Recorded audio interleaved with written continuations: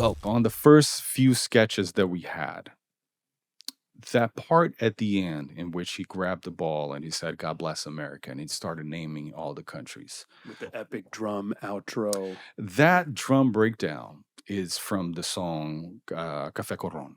It's part of the song. We didn't know what he was going to do there. You didn't know what he was going to say? We never knew what he was going to say. He just said, I want a drum breakdown and I'm going to do something? I want the drum breakdown of Café Corron to be right there. And it was like, okay, cool. I'm from Brazil. Yeah. Made sense to me. Yeah. I know samba, and you don't need singing on top of it. Sure. Yeah. But now we're talking TV. Yeah. So then we were like, maybe this is a little too long. Maybe let's cut it down to 10 seconds. Maybe it'll be, a better situation. Boom. Send it back to him. And in one of his notes, he said, it's imperative that it's 20 seconds long. Cool.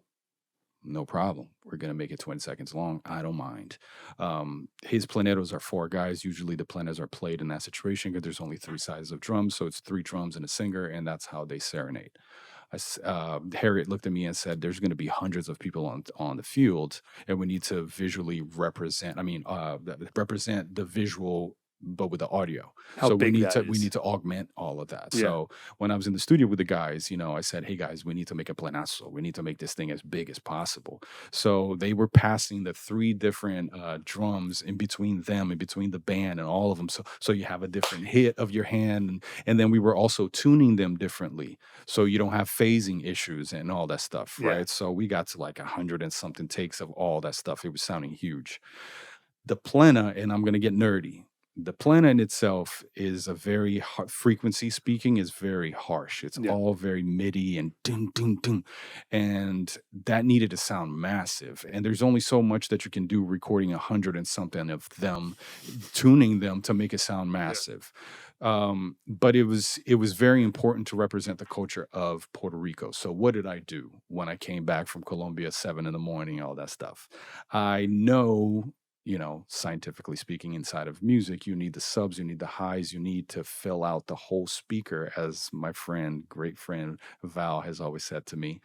Valdez Brantley, shout out. He said it, I'm going to say his words. He said, you see that speaker? You see how there's 3 things? You need to fill out all 3 things. And that's how you get a wall of sound. So to speak in those terms, the plena was just the middle.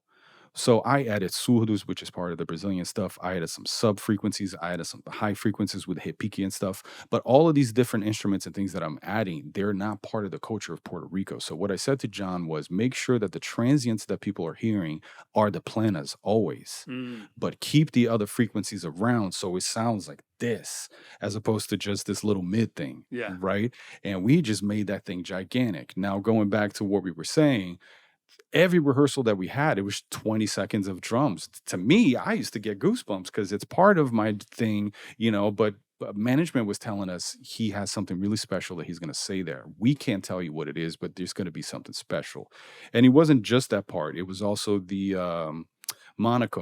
Monaco, you were like, hey man, you're just gonna say, because the original song starts with a ooh ooh ooh, yeah, ooh ooh ooh, and we were like, that's all you're gonna do, just ooh ooh oohs? And it was the Spike Lee camera, which is right, that flat shot that it's moving him in a cart, and he's looking looking right at the camera. And the creative director, we were all like, man, what? You're just gonna ooh ooh ooh? Sure, you're gonna ooh ooh. That's fine. So then eventually management said, no, he's gonna talk there too.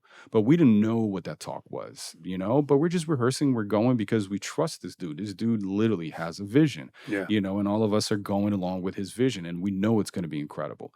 But we didn't get to hear that actual talk that he was going to do there and the talk that he did at the end until dress rehearsal.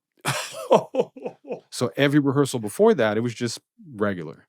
And he's the type of guy, like I said, like he doesn't like to rehearse, so let's say he did 10 rehearsals with us. About 8 of them just marked. Yeah. He would sing 3-4 lines and then just groove, get his choreography, another 3-4 lines, groove, choreography. Me and the audio team in the truck, like, just give us something, man, because I know this is not your final rehearsal level, but eventually at dress rehearsal, he gave us a full pass. And that was the first time I heard it. I think that was the first time I think Harriet, he had to send it to Harriet before, and she had, I think she had eyes on it, but maybe like 12 hours before, something like Right. that, And when we all first heard it, broadcast truck, we're tearing up. Everybody's like, oh my God, this is so powerful. This It is is. incredible, and good for him for having that vision and keeping it Yes. so tight to himself. Man, two of my favorite parts of the show are those two moments. Yeah. And like, he just portrayed so much love. The So whole much show. love, man. So much love. You know what's funny? They kept telling me that he was a very secretive guy. Everything is a secret, right? I mean, the Gaga thing, it was beyond a secret. I understand, but it was also the way that he does things. Um, so I forget exactly where it was going to go to, but that was part of his secrecy. It was absolutely not talking about that situation and what I'm going to say and what these messages are going to be, but be ready that I'm going to have some messages and I Yeah. got you. I Because got you. you were just saying how secretive he is. Like, Yeah, he's a secretive guy, and I started joking with the band as secreton. Everything is a secret. They were telling me he has in his tour, he has special guests come every country that he goes to. And there was when they went to Mexico, there was this huge band that he wanted to be part, but he wanted it to be such a secret that he forbid the band from a sound check. Because you never know if TMZ is going to be there. You never know if somebody's going to be listening. So they couldn't do a sound check. So the sound man was telling me, he was like, man, I had to go with these guys raw. Like there was never a sound check just because he wanted to keep a secret. Oh, this is what it was. He was giving an interview at Apple right before the show. And they asked him, so when you found out about doing the Super Bowl, who was the first person that you told? And he said, nobody. And they were like, not even your mom, man. You didn't even call your mom. He was like, no, I kept it for myself for at least 2 weeks. And he was like, I don't know if it was true. I don't know if they were messing with me. Wow. He's that guy. He Wow. keeps a lot of it in here. Yeah. And then it comes and it's amazing. Wow. Yeah. He's still Benito, like from before he's Bad Bunny. Oh, yeah. He's Benito. That's the man. That's the wow, man. Yeah. Everything just sounds special and like treasured and so well thought. The vision, everything you're saying is crazy. And then like not even giving it all in rehearsals, which I totally understand. And just like the stress that must have put on all you guys of just like, is this good? Is this going to be good? Or even just on a simple, how much compression we're going to put in your vocal because we don't know how much you're actually giving, how much you're not giving. Can I EQ this or can I not? A lot of the rehearsals, he had a t-shirt on his face right here. And he has the Michael Jackson microphone with the t-shirt for audio. It doesn't sound Why does he have a t-shirt on his face? Come to find out that he was already rehearsing without saying the things that were going to happen that were secrets. He didn't even want you guys to know. He didn't want the world to know. So he was under the t-shirt. You could see the whole thing moving, but there was nothing coming out. What, bro? Yeah, that's so much dedication to the secrecy. So much dedication to the secrecy and what I'm going to say and all of that, And it was beautiful, man. It was really beautiful. And I was telling my mom, I said, no matter how hard we try to be the best of what we do, right? The best musician, the best cameraman, the best creative director, all of us, the whole entire team, we all are going to give it our 100%. There was something extra, man. It was a special feeling in the air. It was a special moment in history. It was a special thing that I don't even think he asked for, right? It was just something that it was just happening. And he just so happened to be the face of it. And it was so many combination of events and things and energetic things and political things, whatever you want to say, that when the thing went, it was just an explosion beyond everybody's belief. It was like goosebumps, man. It was truly like a special power over the whole situation. It was really nice.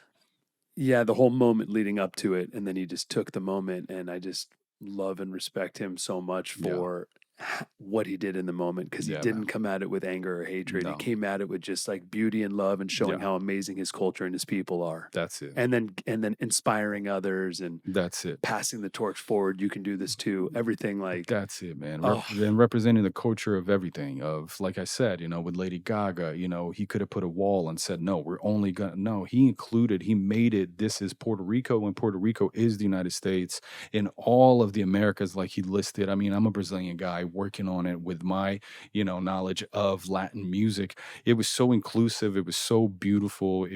I was so proud of the music that the final product of the music and what it represented and how it came out, from the technical side of the transients and the EQs to the actual meaning of it. It was it's one of those things that you wish for. I think music, it's not just entertainment. Music is so many things, right? Music is faith, music is happiness, music is a lot of things. And if I can contribute to a moment in history of society through music and through this God-given talent, man, I was so taken back. It was beautiful. Yeah, you crushed it. Thank you, man. I Yeah, you took appreciate the it. moment, bro. Wow. Thank you, man. Yeah, and your life Thank you. was built. I mean, your whole life was preparation for It it. was prep for all of that, man. Wow. So I want you to watch the Super Bowl halftime show again. I watched it earlier today, and it hits so much harder the second and third time. Yeah. Like when you're not just surprised watching it and being entertained, but Yeah. when you're like analyzing all the Easter eggs and all Yeah. these things and how smooth. Think about it again with Miga sitting at his laptop in the airport in Colombia 2 weeks before. think about that when you watch it. Everything just All the transitions. It just plays. Everything kind of plays, but there's things around that, but it all worked out. Let's go.